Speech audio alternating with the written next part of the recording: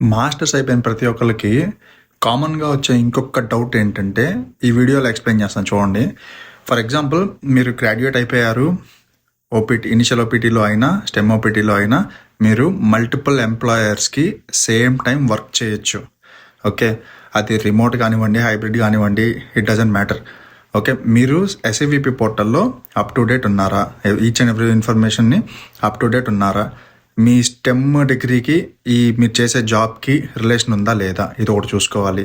మీరు 2 కంపెనీలకు వర్క్ చేస్తే కనుక ఒకవేళ ఒకళ్ళ ఇన్ఫర్మేషన్ ఒకళ్ళకి ఏం చెప్పనవసరం లేదు. లీగల్గా అయితే వాళ్ళకి ఇన్ఫార్మ్ ఏం చేయనవసరం లేదు. మీరు మామూలుగానే వర్క్ చేసుకోవచ్చు. అండ్ మీరు ఒకవేళ ఈ 2 కంపెనీస్లో ఏదో కంపెనీ మీకు ఫ్యూచర్లో H1 ఫైల్ చేసిందే అనుకోండి.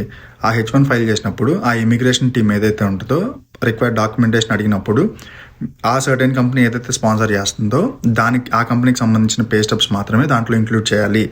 సెకండ్ కంపెనీ ఏదైతే మీరు వర్క్ చేస్తున్నారో దాని గురించి ఇన్ఫర్మేషన్ ఇవ్వకూడదు.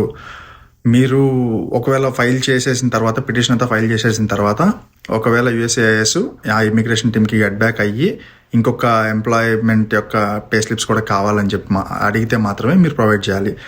దానికంటే ముందు మీరే ఎగేసుకుంటూ మీరే మీ ప్రాబ్లమ్స్ని కొని తెచ్చుకోకండి. మీ లక్ బాగుండి లాటరీలో H1 లాటరీలో మీ అప్లికేషన్ పిక్ అయితే కనుక ప్రాసెస్ చేసి అప్రూవ్ అయిన తర్వాత అక్టోబర్ 1 నుంచి మీకు H1 పీరియడ్ స్టార్ట్ అవుతుంది. కాబట్టి దానికి ముందు అంటే సెప్టెంబర్లోనే మీ జాబ్ ఎండ్ అయ్యేలా చూసుకోండి. సెకండ్ జాబ్ ఏదైతే ఉందో వాళ్ళ కంపెనీ యొక్క టర్మ్స్ అండ్ కండిషన్స్ బట్టి మీరు ఎన్ని డేస్ ముందే వాళ్ళకి ఇన్ఫామ్ చేయాలో దాన్ని బట్టి చూసుకొని ప్రాపర్గా ఈ స్టెప్ అయితే ఫాలో అవ్వండి.